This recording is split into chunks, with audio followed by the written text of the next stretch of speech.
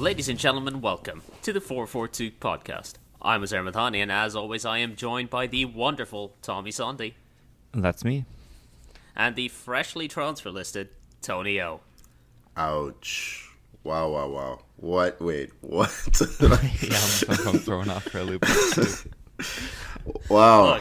Look, we think you need to get a bit more experience, so we might send you out on loan for No. a short-term deal. You said transfer listed. You didn't say loan listed. What is going on? Well, because I wanted the alliteration.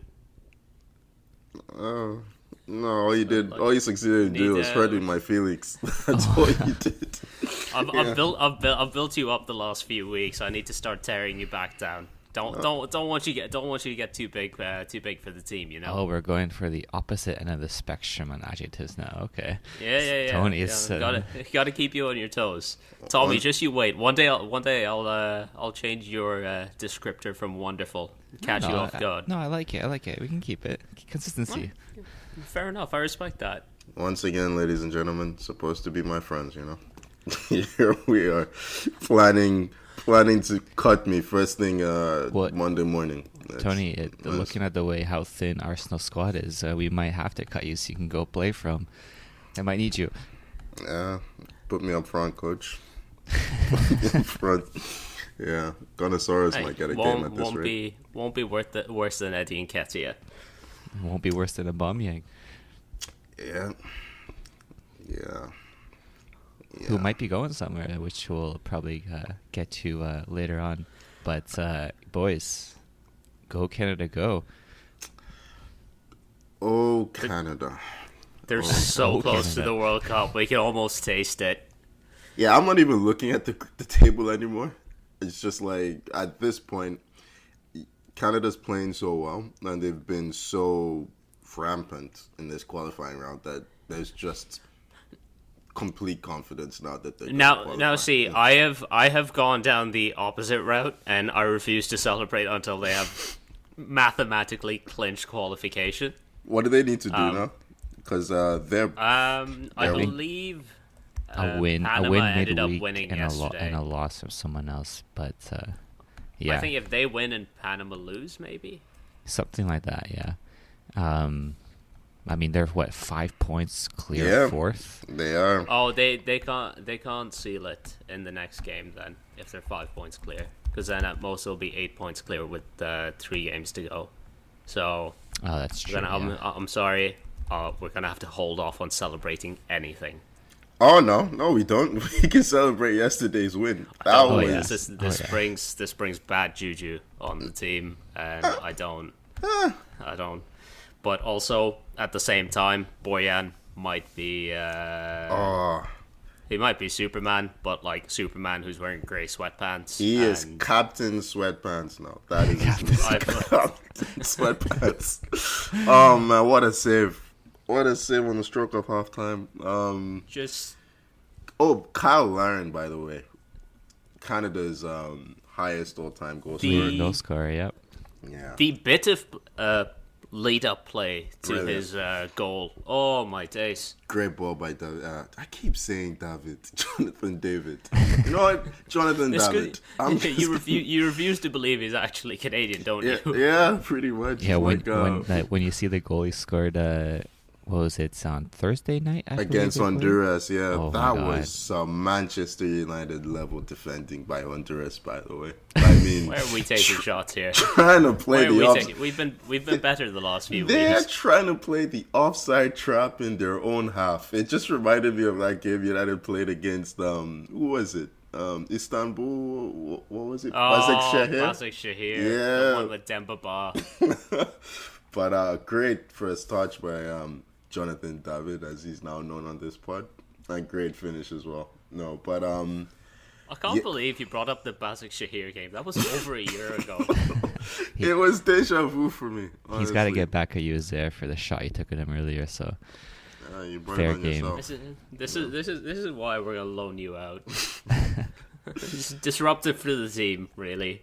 Yeah, no Alphonso Davis in these games as well. It's been documented. That's the biggest takeaway. Yeah. They just beat USA, the second place team, and I hope they don't forget that they are the second place team behind us.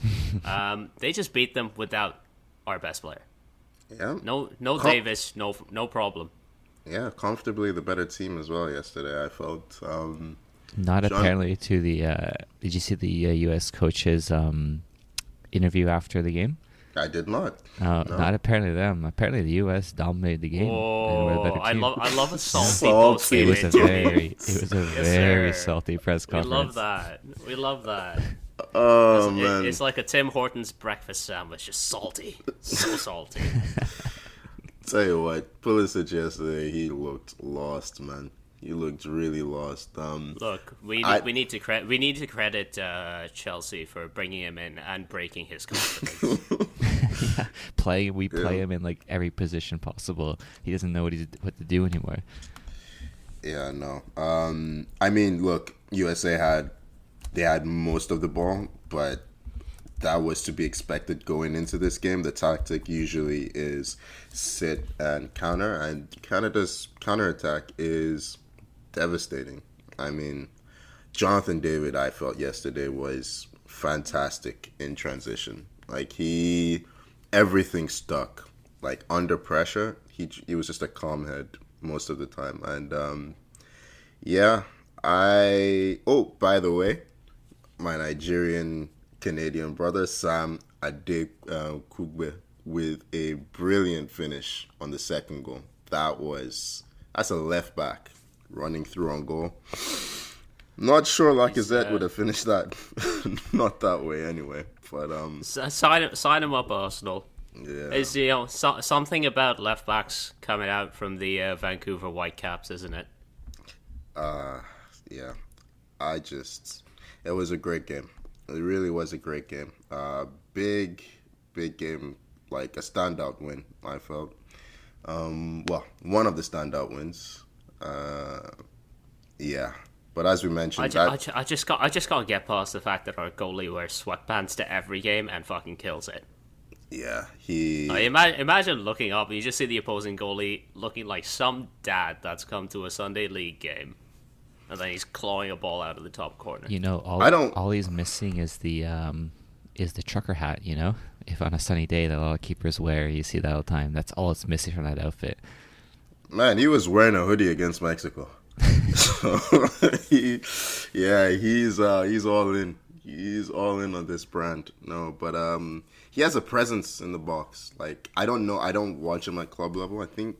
Do you know where he plays? I have absolutely no idea. The first time I saw him was for the national team. Yeah, and I like to think that he does nothing. He has like a regular job when it's not the international break, and then they just call him up to play in net because they can't get anyone else. Kind of like, you know, when you have like your men's league team or whatever, and you need like an emergency keeper because no one actually really has played before, and someone's like, oh, I know a guy, you know. It doesn't have like the proper kit and everything, but you know, he'll play in net. So That's what it feels like to me. He's a model I for him. He's I a love model. him so much. He's a sweatpants and hoodie model for Red Star Red Belgrade. Star Belgrade, yeah. Yeah, that's his day job. No, he's a goalie for Red Star Belgrade. Why would you ruin a good thing for me like this? Sorry, Jose. But no. Canada, they are a good team in their own right. Like, they're a good team historically when you look at what the what Canada's been able to do previously. And I'm glad. Well, I don't want to jinx them, sure, but assuming they make the 2022 World Cup in Qatar, I'm glad that they're going to make it before being a co-host in the 2026. Oh, definitely, World Cup. yeah. Yeah. It legitimizes them as a host, right? Exactly. Yeah, and it's always nice to have a competitive host. They have some really good players. They actually have they could stake a claim for having some of the best players in the world, if you look at it. And they're showing they have strength in depth now. If they can put in that performance without their star man, Alphonso Davis, then All that we can say is hockey. We are coming for you. Yeah. Don't get me started on that. Yeah, as a coach for soccer, yeah, don't get me started on the influence of hockey. But yeah, um, The first time I played a game of football in Canada, I got properly like hockey hip checked, and I didn't really know what to do about it. Was it a yellow? Was it a red? No. Was it a foul? Yeah. No, it was in fucking whatever, the intramurals at Queens. Of course, they didn't give a yellow. Those refs are shit. Did you get him back for it? Though? That was my next question. Yeah, it's just like There may have been some studs that may have allegedly gone into some ankles. That's attaboy. That's how you do it. yeah, that's how you acclimatize. You know. Yeah. It's an international language. I mean, I could talk about the Canadian national team for the entire pod at this point, but there have been other games. AFCON's, it's reaching its conclusion. We're now in the semifinal stage of the African Cup of Nations, and we are left with Senegal, Cameroon, Egypt, and favorites Burkina Faso. Favorites. Pod favorites. Yeah, I said that, didn't I? No? Okay. I think you just call them outright favorites, Yeah. but you know what? I kind of back that too. I'm all in on Burkina Faso. Yeah. 2013 finalists, losing finalists to Nigeria, Burkina Faso, looking to, I think, Made it grab farther than Nigeria this time, though, didn't they? It doesn't count if you don't win. But, yeah. No, I think last time we spoke about this, last week, Nigeria just crashed out, right? I think Nigeria crashed out on Sunday last week. So, yeah, we'd have included that on Monday. But, yeah, it's funny because I'm not surprised that Egypt and Senegal are at this stage. They were amongst my favorites at the start. But having said that, I haven't been particularly impressed with Egypt. I think I said that ahead of, like, in our running order. So they're coached by Carlos Queiroz of like Portugal and Real Madrid fame, and he just doesn't set up attacking teams. Like, some people might be surprised when Egypt are fairly compact and defensive and kind of struggle to break teams down. But that's generally been how Queiroz has set up his teams over the years. I mean, when you have like players of the quality of Mohamed Salah, you can always unlock a defense like that. But they seem to be picking it up at the right time. I mean, they started off with that loss to Nigeria, but have they conceded a goal since? Yeah, they conceded one. They conceded one yesterday. Oh, right, they did. That went to extra time. Yeah. But, I can't remember them conceding a goal between Nigeria and that. It's because you're probably remembering Morocco's free kick at the end of the game, and it's kind of distorted your memory of how bad you can make a free kick. What a counterattack! First of all, what was that free kick? Everything from top to bottom, from Morocco having a free kick at the end of the game and not putting it in the box while their goalie is up there and they're a goal down, to Egypt completely messing up a counterattack on an empty net. Oh, just beautiful. Footballing poetry. You know what was fantastic about that? Is the keeper didn't run back. He didn't run back. He just stayed up and said, screw it. If they score, they score. And when they missed I do not blame him for staying up there, because when you run all the way the length of a field to get up there for a free kick and they don't cross the free kick, you stay. They deserve to concede now. Yeah, no, that was hilarious. I mean, just a series of bad decisions from Mo Salah to, I think it was Trezeguet who played the final pass. I might be wrong on that, but yeah. Overhit a pass and Mo Salah's offside anyway. What a way to finish that game. Ridiculous. But Cameroon they've been getting better and better as the tournament's gone on, I feel. They started off just about beating fellow semifinalists Burkina Faso with 2 penalties. Vincent Abubakar, the very first game.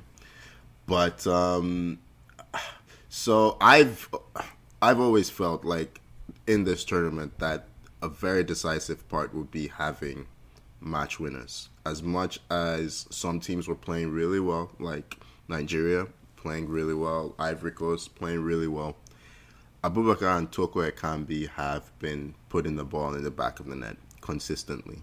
And 11 goals combined between the two of them. 11 goals between the two of them. That is ridiculous. I mean, yeah. You're in a tournament. You're happy you're ecstatic if one of your strikers is bagging 5 goals in a tournament. You have 2 of them with 5+. Yeah, that is impressive. They're the hosts as well. Cameroon, let's not forget. So they do have an advantage that the other teams don't have in terms of having reliable goal scorers. So it'll be interesting to see how that plays out. But no, I was really... You could say their forwards are really camera running through those defenses. This might be your worst one. Yeah, I can't even back you on that one, is there? You say this every time. No. You say this every time. Well, I think I'm pretty right every time. Yeah. But I was really impressed with them against Gambia. They could have scored 5 or 6 goals. Abubakar was desperate to get on the score sheet. But, I think they play... Do they play Egypt next? I'm going to say they play Egypt next. Yeah, it is... Because it's gearing up for an all-Liverpool Superstar final, potentially. It is Cameroon-Egypt, you're correct. Yeah, because I think Senegal are playing Burkina Faso in the semifinal, the other semifinal. Senegal finally getting Ismaila Sarr back. I didn't realize that Watford had released him, because he's been injured, right? Yeah, he's about it. Yeah, because there was a whole controversy about not releasing him initially. I know that we spoke about it just before the tournament started. Yeah. But then I hadn't read a single word of coverage on that since. Yeah, apparently they released him after, Senegal investigated his fitness and said he would eventually be able to recover before the tournament ends. So Watford released him, and Sarr got a crucial 3rd goal in their win yesterday. Maybe this is why Ranieri got sacked. If only he could have held on to Sarr. Sadio Mane with 2 assists yesterday. I can't remember who scored the first off the top of my head, but yeah. Sheku Kouyaté actually scored the 2nd goal after a mistake from who did Senegal play yesterday?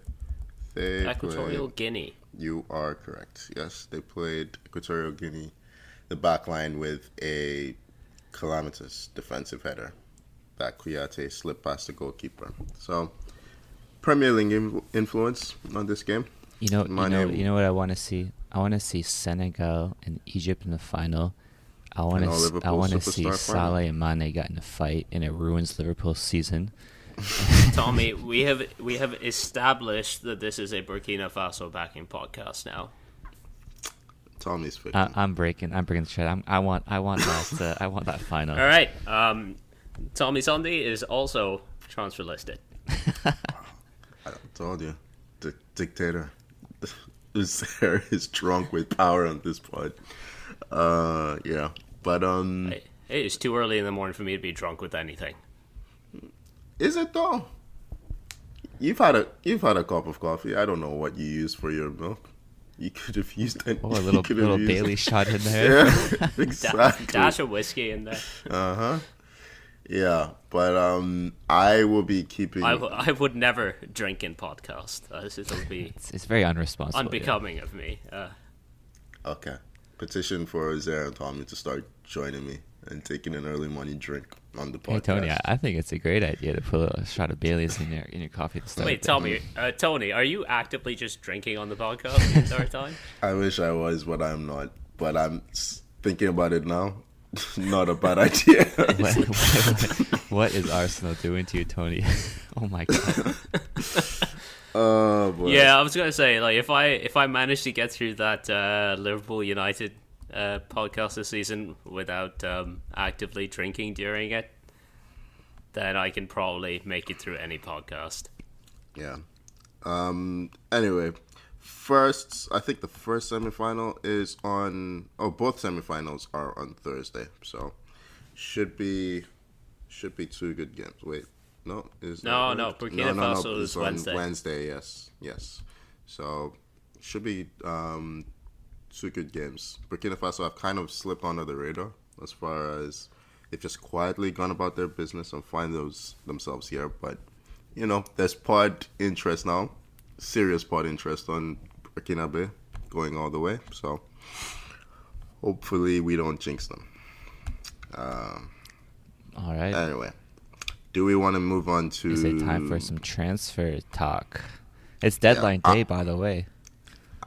This is where I go on mute, ladies and gentlemen. Yeah. Same.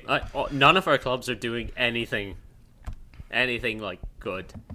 All Man United have done is loan out half the team. That's all Arsenal have done as well. Like, it's just depressing transfer window. I just want to see this rumor of Morata to Arsenal. I know it's not going to happen, but I pray something happens that it gets through, because that would just make the season for me. I think that's what we truly get Tony drinking on the podcast. Oh yeah, after that for sure. He wouldn't even have coffee at that point. It would be just straight up Bailey's at that time. But so we talk about what transfers already happened, like for sure. Has Tony actually gone on mute? Because he hasn't said anything for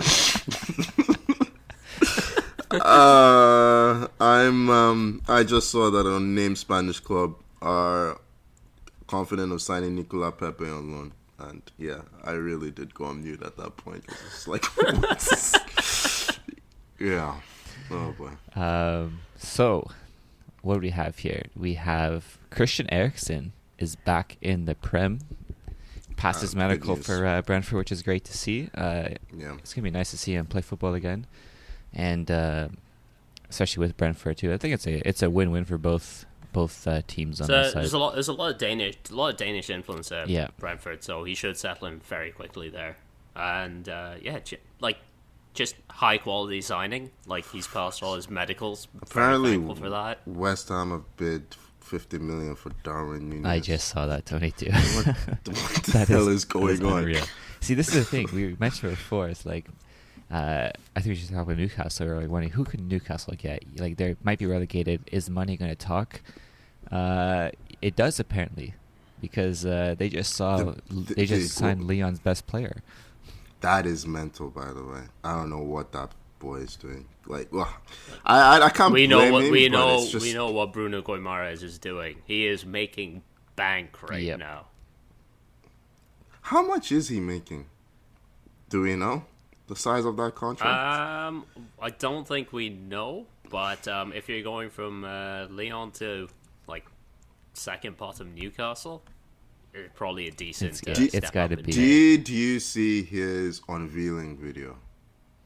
No, I didn't, because after we had the one of Trippier pointing to a sponsor, I was like, I need to not look at Newcastle stuff. His video fired shots at Arsenal's transfer policy and Edu.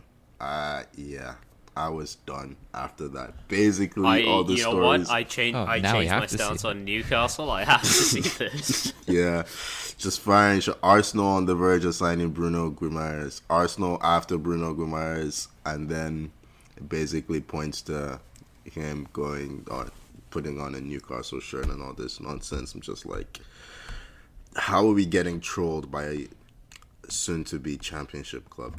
But yeah, I am going to enjoy Newcastle's relegation. Best team, richest team in the championship. Get on down. I mean, who else have they picked up? They are apparently about to sign Dan Burn from Brighton. They are about to. They're about to sign everyone, pretty much. Eh? They threw offers around everywhere. Yeah, they threw offers for Eddie Nketiah, and Arsenal turned it. I don't know what Eddie Nketiah has on us. We keep turning down money for this guy. It doesn't make any sense. There's two sides to the story I don't get. One, why is anyone offering anything for Eddie Nketiah? Two, why are also turning down I don't stuff get for it. Eddie Nketiah? You're sending everyone else out on loan. How is this the one that you're not budging on? He must be a superstar in training.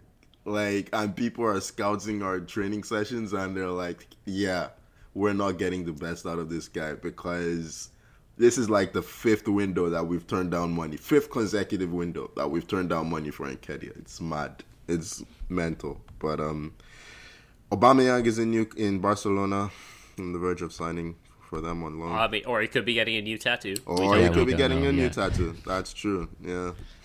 We had Frank Lampard signed for Everton as a manager midweek, and they got Van de Beek from United. Donny Van de Beek on loan. Oh, I hope he gets game time. I want him to do well. I'm excited by that Lampard arrival, by the way. I think it's a good move for him. I think it's a good move for Everton as well. They have spent the last 2 seasons with 2 very unmotivated coaches, I feel, in Benitez and Ancelotti. They needed someone of this profile. I know, Tommy, you are concerned about your hero tarnishing my hero. Super Frank. Hey, I just want to see this guy have a successful managerial career. And I look at Everton, it's like a dumpster fire there. They have terrible ownership. They don't know how to run a club. Waste a lot of money. Is Lampard's got something to prove too? That's true. Yeah. So maybe you're right. He's going to be a lot more motivated than the previous managers they had, and that could be what gets them to safety. And maybe he kind of turns the club around a bit. But I'm a little bit worried just because it's Everton and they're just like a vile club. How are they a vile club? Vile is the wrong word. Just like, you're just No, Tommy. No, Tommy. I want you to continue down this path. Please explain to me, to Tony, and to every listener how Everton are, and I'm using your words here, vile. Just because they're shit. That's it.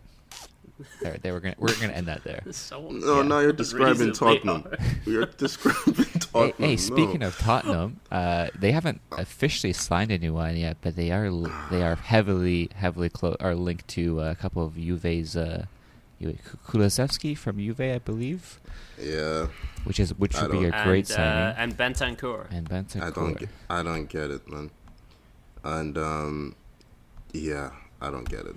But I don't get it. I mean, I think we can all agree Kulusevski would be a fantastic signing for him. He's a great player. A good player. Is he gonna play for them? Is he gonna start for them, actually? Or is that like future proofing, do you think? Legitimately, he's 21. only 21, so time they can kind of ease him in if they have to. They haven't sold anyone yet, but they're rumored to be loaning out in Ndombele back to Lyon. That one looks pretty close. Loaning out Bryan Hill, I mean, they just signed Bryan Hill last summer, but so he's not had any impact. He's all I've seen of him is like a few appearances off the bench where he's done not much fast. beyond look like he looks like a Beatles reject. No, have you seen that? That's pure. Like, you could put him in the background of any Beatles concert and he'd fit right in. The thing with Spurs is that they've always needed more depth up front. They always played Kane and Son to death.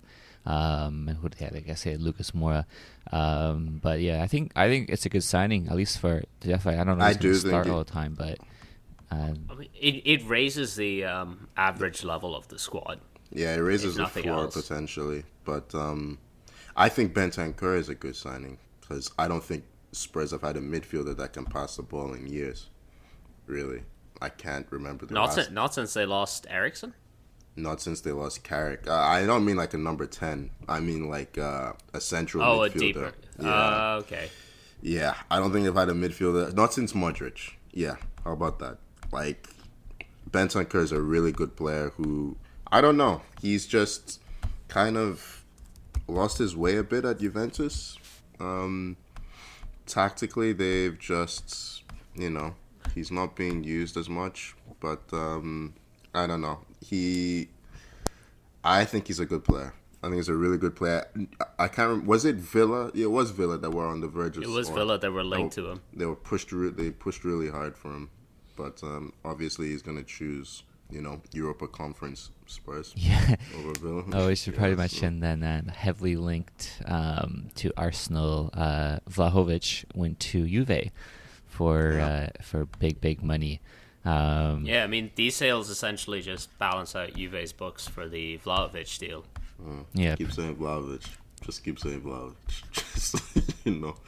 Just keep saying Vlahovic. That was my entire window right there. I guess the other player you were looking for the striker was the Swedish international Isak. Yeah, I don't think that's... Arsenal fans are scary, man. Like yesterday. Yeah, we've noticed. Yeah, yesterday they managed to find out that Isak had apparently bought a car in London, was on holiday in London, and they're like, "Oh, he's on the verge of signing." And I'm just reading all this. I'm like, how do you guys get this? They found his license plate, found his car, all this nonsense. I'm just like, that's fucking terrifying. It is terrifying. We did something similar, I think, when Aubameyang joined. It's just like, guys, relax. It's just football. It's not that. Use these resources to find people who are actually missing instead of tracking football transfers. But apparently the latest update on that is he is back in Sociedad. So it's not happening. Hey, but who did get their striker? Burnley got their man to replace Chris Wood. Who wants to say the guy from Wolfsburg? Who wants to put his name? Tony. Sorry, Tommy. I think you should be the one. Absolutely. You don't. Absolutely. Go ahead, Tommy. It's not Matt Target. I'll tell you that for sure. Oh Jesus! that happened, Tommy ladies and gentlemen. No, people need to know. Matt, as Tommy calls him, Target, is on his way to Newcastle from Villa. Tommy spends the entirety of the lead up when we were planning this podcast out calling him Target unironically. No, it's like he's Englishman. He's Englishman Matt Target. It's like how Tony gets to Jonathan David. It's similar, just like that.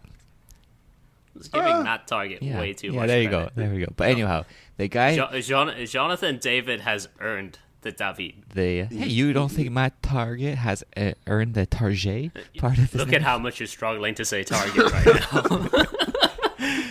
But anyhow, didn't realize that this would be the name to cause you trouble. Man, so many names give me trouble. So this is Wout Weghorst, I believe. From There Wolfsburg. you go. Hey, there we well go. done, Tommy. I'm gonna pretend Uzair didn't teach you how to say it before the pod. I did not realize that this guy is 6'6". He's a beast, man. Massive. He's a monster. Yeah. But he's a good 27 signing. goals last season as well. He is a good signing. Good signing for Burnley. An upgrade on Chris Wood for half the price.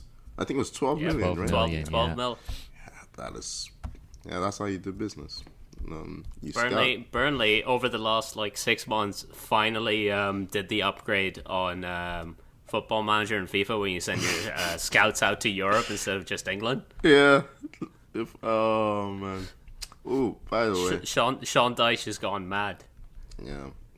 I did show you guys that I basically did a simulation of Tommy's Nunes FA Cup dream. Congratulations, Tommy, on we won the winning FA Cup. the FA Cup. Yeah, dream coming true. Did Wonder Kid Tony get the winning goal in the final? Is that what happened? He did. Yes, in a terrible final where Drew, Did you Drew got did you sent have off. did you have to actively designate yourself as a wonder kid? No, we're all wonder kids. Oh, I just give see, us okay. mental. Fair enough. I respect that. I respect that. There's a wonder kid right back with 10 pace. Basically. Hell yes. Yeah. So it's exactly like real life then. Yes, exactly. Yeah. Look, my legs are short. They don't move very quickly. Yeah. You came on in the final since Drew got sent off. So, Oh, That's you know what? That sounds about right too. yeah. Anyway, do we want to get back to actual yeah. Were there any football? confirmed signings that we've missed so far? Let me refresh. I mean, we did skate over another manager signing. Roy Hodgson is back. Right, yeah. Watford. Uncle Roy, yeah. Forgot about that. And Poor guy. He was probably on Claudio. on a beach somewhere in. Someone just let Roy Just Hodgson let retire. him. Exactly. He's supposed to be done. Stop bringing him back. I don't understand that football club, man. Watford. I really don't. But, yeah. I don't even know. Is that a good signing at this stage? I mean, if you want to organize your defense, he can, and especially like down at that end of the table, he's very good at getting a team well set up. Like, you remember his Palace teams are difficult to break down. Yeah, I guess And the profile of the squads are pretty similar in terms of player types, right? So maybe tactically it could be a good fit.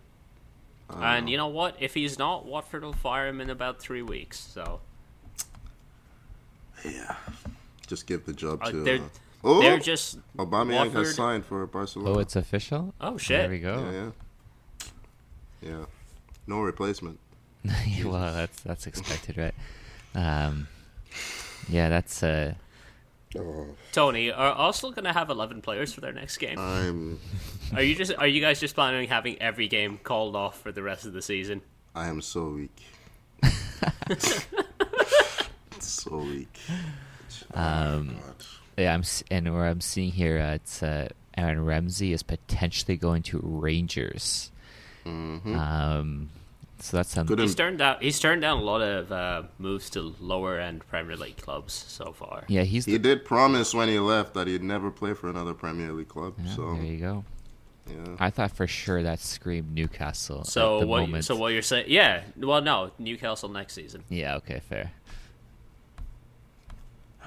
But Hopefully, are there any other major transfers that we've missed from the last 7 days? I guess. I mean, like you said, none of the sort of top. Oh, we did miss a big one, boys. DS to Liverpool. Right. Fuck. Luis Diaz. Probably the best. Is that official? Signing. It's official. Yeah. Yeah, that's official. Okay. That is. He's How did Absolutely Liverpool best- just... the best massive player signing. in Portugal for probably the last season or two, and now I Liverpool's mean, got him. reasonable price as well. Yeah. 40 million euros plus 20 million in potential add-ons. So here's a question. So what does this mean? Because he's a great player, and this is not a guy. I mean, he's in Klopp with new signings, he eases his new signings into the squad. But I'm thinking next season, like, what does this mean for Liverpool's sort of front three here? Who's maybe potentially on the chopping block? I think the most at risk is Mane, personally. Yeah. I think Firmino's style of play kind of means that he could start to take like a bit of a back seat as far as the striker position goes, and maybe even become like a number 10, like he used to be at Hoffenheim. But I just feel Mane's performances have started to dip a little, and Jota is already. I mean, he's carried Liverpool's Jota's attack. he's already like picking up the goals, right? Yeah. But the big thing is this a signing to enhance the squad, or is this a signing to prepare them for Mo Salah's departure in the summer? Yeah, that's. Can only hope. No, I mean, God, it would be sad to see Salah lead the Prem, but I mean, this is a guy who, Diaz is Sad for you. PSG are losing a I superstar think in the summer. I think he's a great player, but my God, I can't wait to see the back of him. Do we think he could go to PSG? Or is that just too ridiculous? After Mbappe goes to Madrid, I guess PSG will be looking to fill a void there. Yeah, it's a good call. I always thought Salah would be like someone Doesn't Mbappe play more like off the left and Salah off the right? We're talking about PSG. Yeah, they just sign. Yeah, a that's true. Yeah. No, they have Lionel Messi playing in. You know what? Yeah, they'll probably sign him. Exactly. Yeah. We're talking about PSG. No, the moment I said that, I realized how outlandish it was. Because you know to assume that PSG wouldn't sign two superstars for the same spot. When you think about it, it's like he's at Liverpool and he wants to leave. Where could he go potentially in terms of teams that can afford him? You know, you have Madrid, but I don't see him going to Madrid. Barca probably can't even afford the guy. Let's be honest. You say that. I mean, but then again, what's their strategy? Look, when your accountants are creative enough, you can afford anyone. Yeah. And then so you realistically look at Barca, you look at Madrid, you look at PSG. Yeah, it's definitely a potential, especially if they do. I mean, we gotta say Mbappe's a given. He's gone. And then Neymar is, he's 30 right now. He turned 30 recently, and he's super injury prone. They can't be. Knowing that Neymar is 30 makes me feel very old. Yeah, I remember when I was 16-year-old dancing around in Santos. That's mental. But yeah. I think that's pretty much the gist of the transfers. I don't know, Tony. Refresh your page. Did Pepe leave? Before we move on, did anything else happen? Nope.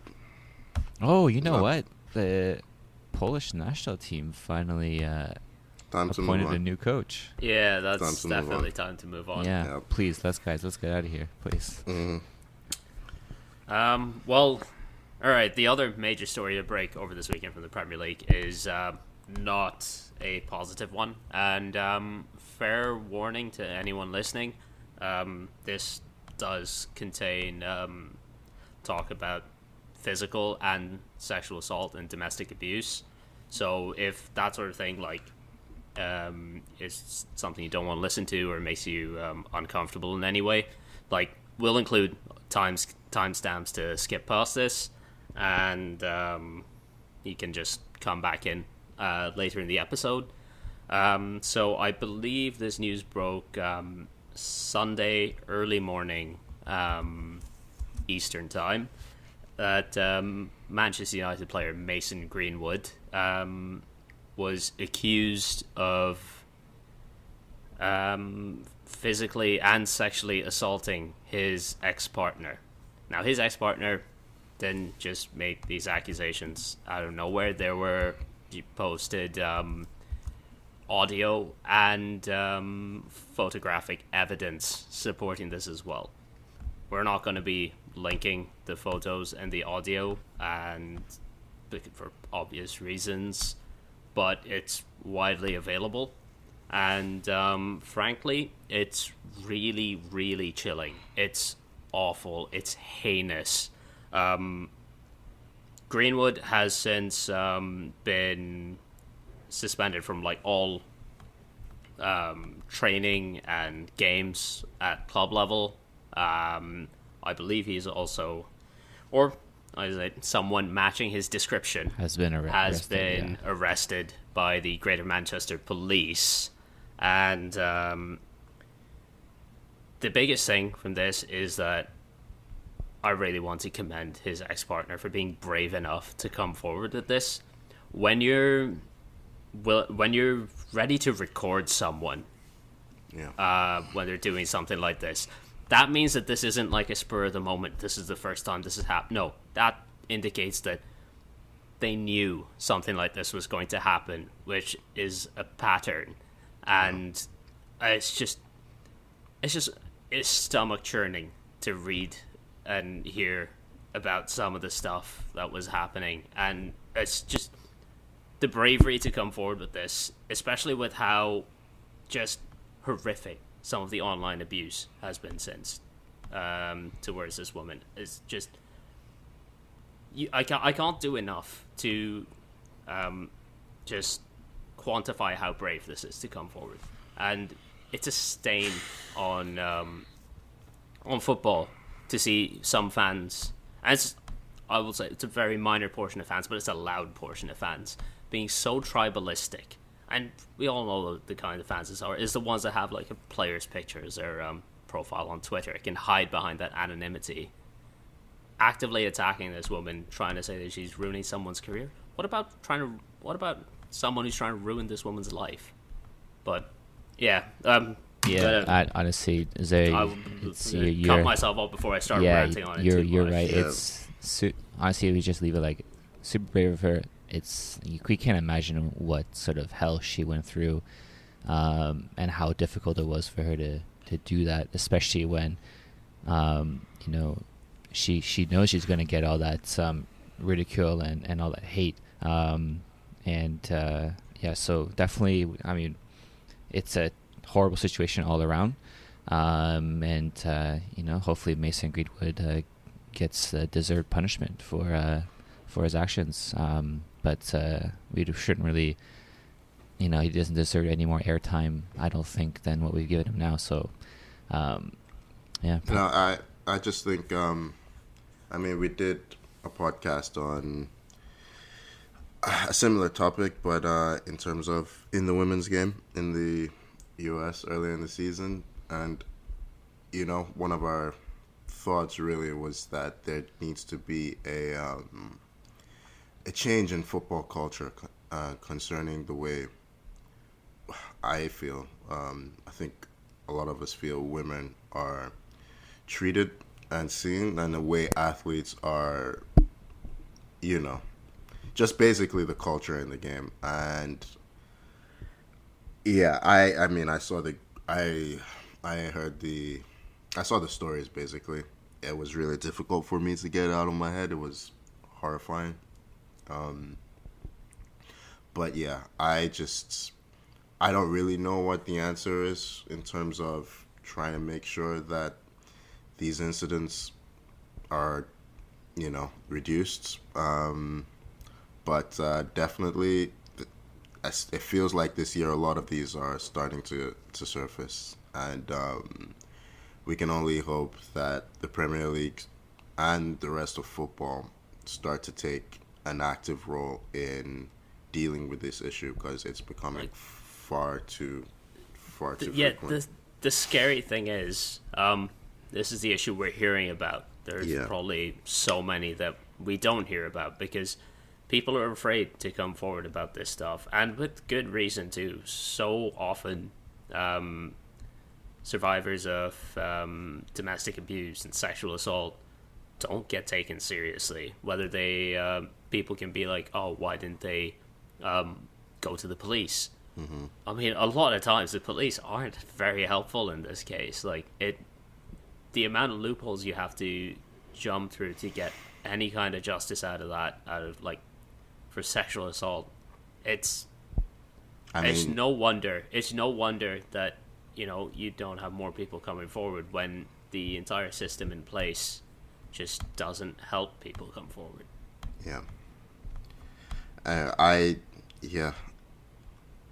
really don't want to give Greenwood this. I mean, Greenwood really.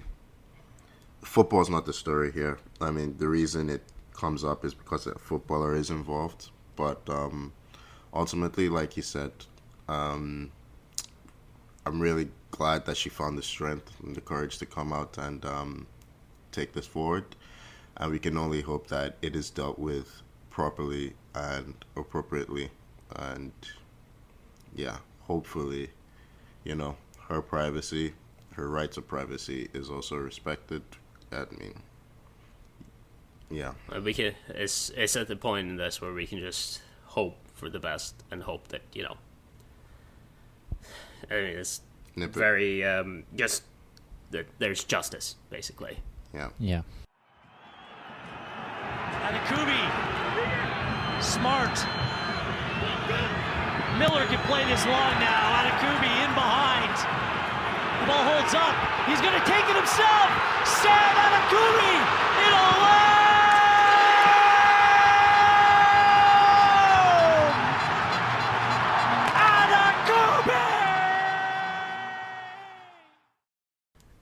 So a story that friend of the podcast and Nooner extraordinaire Jenny flagged for us was actually this topic of that's sort of adjacently linked to football, but is linked to sport in general. France recently introduced a hijab ban for all competitive sports at all levels. For those unaware, hijab is just the headscarf worn by some Muslim women.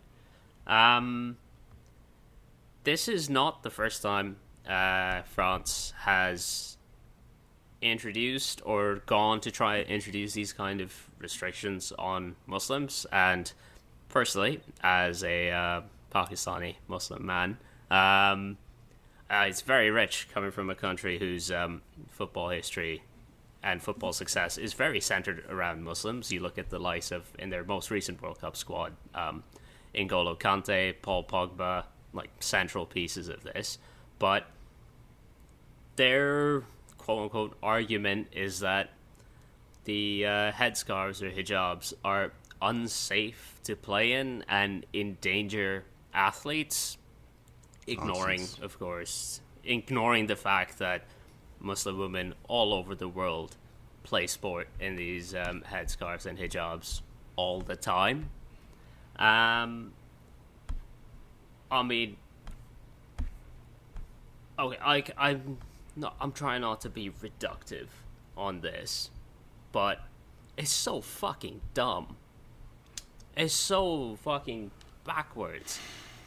They'll talk of freedom of expression and freedom this and freedom that, and they'll talk about not wanting to have religious imagery in sport when, I mean, Lionel Messi plays for PSG. He has a massive tattoo of Jesus Christ's face on one of his arms. Players will make the cross while entering the field all the time, and it's always the Muslim women who will bear the brunt of it because the headscarf is more, I guess, noticeable. Yeah, so this story really resonated with me, actually. Big thanks to Jenny for bringing this up because it kind of brought it back on my radar. I think I was telling you guys earlier that I, over the summer, coached a young girl. She's thought of really well in the club. She has a really good football mind and potential. We're hoping long term to actually be a coach, like a young coach in the future. But point was, she was wearing a hijab, and it struck me that was the first time that I had coached a player wearing a hijab, and I've been coaching since 2015, so almost 7 years now. And I just found that remarkable that we think of football as a diverse sport that accepts everyone, and yet this was a very noticeable situation where there is a group that have not been included in the sport for a while. So when this story came up, I kind of started digging into it, and there was a situation in 2007 where a young player, Asmahan Mansour, was just kind of at the center of this controversy where she just went with her team at one of these regional tournaments that like you and I have coached in, Tommy, where you take kids somewhere just to play in a tournament. This was in Laval, Quebec. And before the game started, she was told that she had to take her hijab off if she wanted to play. And of course, an 11-year-old having to be in a situation where she has to choose between playing the sport that she loves or her religion, I cannot believe that a football I can't believe football as a whole is putting that decision on people, on children, on anybody really. And yeah, so her team withdrew from the tournament because in protest, and this blew up to the point where it got to a FIFA representative, Brian Barwick, and he said basically, if you play football, there's a set of rules and regulations, and Rule 4 outlines the basic equipment. That was his answer to her plea, which is ridiculous. Fast forward to, I think, 2011, and the Iranian women's national team suffered similar fate to Asmahan Mansour, and again, it blew up. This time with a lot more support from the Japanese women's national team, who I think were world champions at the time, and prominent figures like ex-Blackburn captain, New Zealand international Ryan Nelson. And with the U17 World Cup coming up in Jordan in 2016, FIFA decided in 2014 that now was the time to remove this ban, basically. So there is a lot of history behind this story. Basically, in every nation, this ban on hijabs has been lifted, but France remains the only football federation that is keeping this ban in place, which... Well, it's not even keeping it in place, it's reinstating it. It is now reinstating it. Yeah, 2 weeks ago there was a vote, 160 to 143 in favor of banning hijabs, which is not just from football, but from every sport, which is... it's mental. We should probably mention that France is hosting Olympics in 2024. Yeah, and they're introducing this. Exactly. Like, what are they just gonna send all these Muslim athletes? Tell all these Muslim athletes, like, no, you can't participate in the Olympics now because you wear a hijab, even though you may have participated in the previous Olympics wearing a hijab. And it's ridiculous. Do you know the argument? It's that banning the hijab will prevent the spread of radical Islam. That is crazy. Like, it's... I didn't realize hijabs were like smallpox. Yeah, kids. I don't know. It's just... This is what happens when you have one demographic of people making decisions for several demographics of people. It's just... they hide behind nonsense, and it is basically just... it's racism, and it's not just racism, but it's also gendered racism in this situation, because you're not only attacking one religion, you're also attacking a certain demographic within that religion, which I don't know. It's really sad to see that situation is going on, but it also hits closer to home, right? Because we're talking about France, but there is a similar issue going on in Quebec.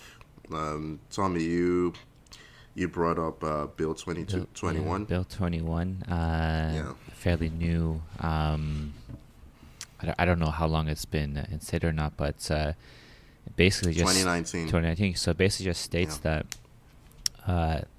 it's weird. It says some civil servants in positions of authority, including teachers, can't wear religious symbols while at work.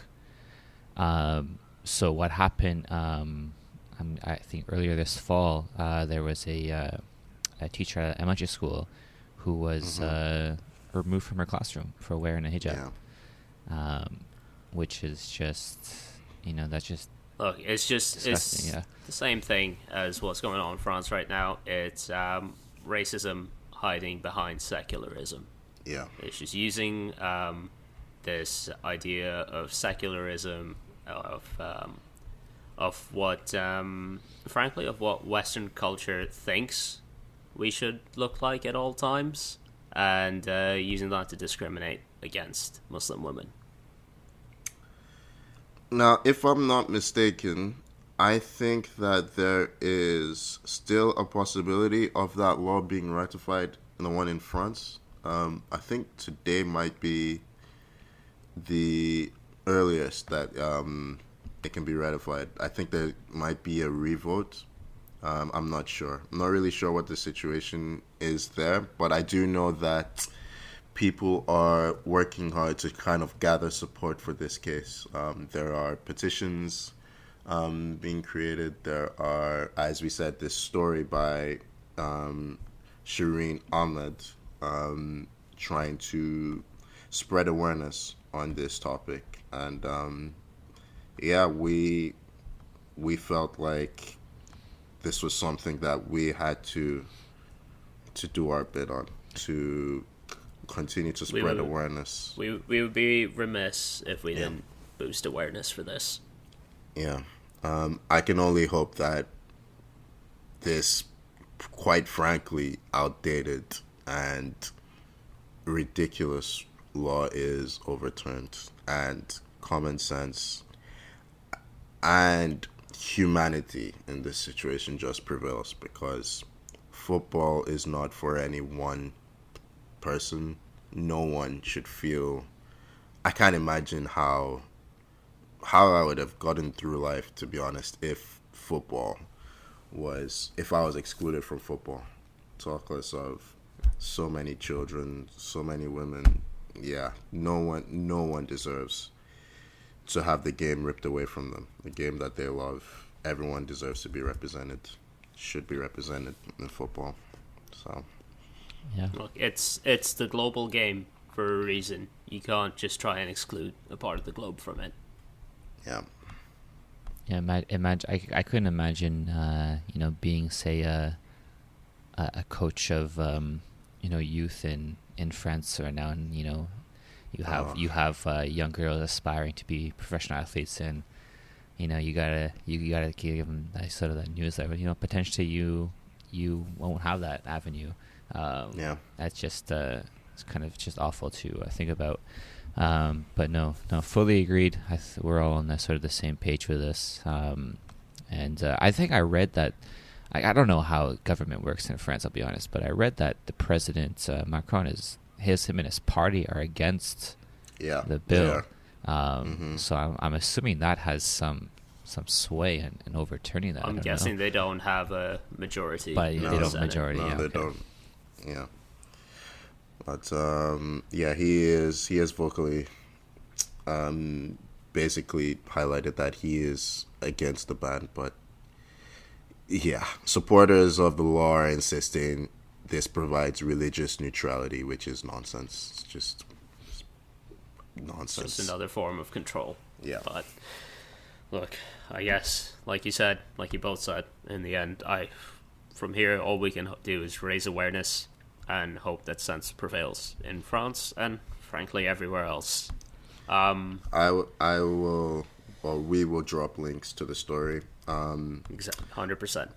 Yeah, with the posting of this group chat and any additional information that could help gain awareness and maybe even help in any situation if possible. I think that covers just about everything we had to talk about today. I guess all that's left to say is please follow us on Instagram and Twitter at 442 and subscribe wherever you get your podcasts. And as always, thank you for joining me, Tommy. Always a pleasure. And just before we sign off, refresh your page. Any latest transfers? Did Arsenal lose anyone else? The answer is no. But have Man United signed a central midfielder? The answer is no. Of course it is. The answer is always no. But yeah. And I guess thank you for joining me, Tony. Sign some fucking players, Arsenal. Pleasure as always. I just got lost for a second. There you go. Yeah. That's okay. We pulled you back. Thank you so much for listening. and we'll see you next week. Bye bye.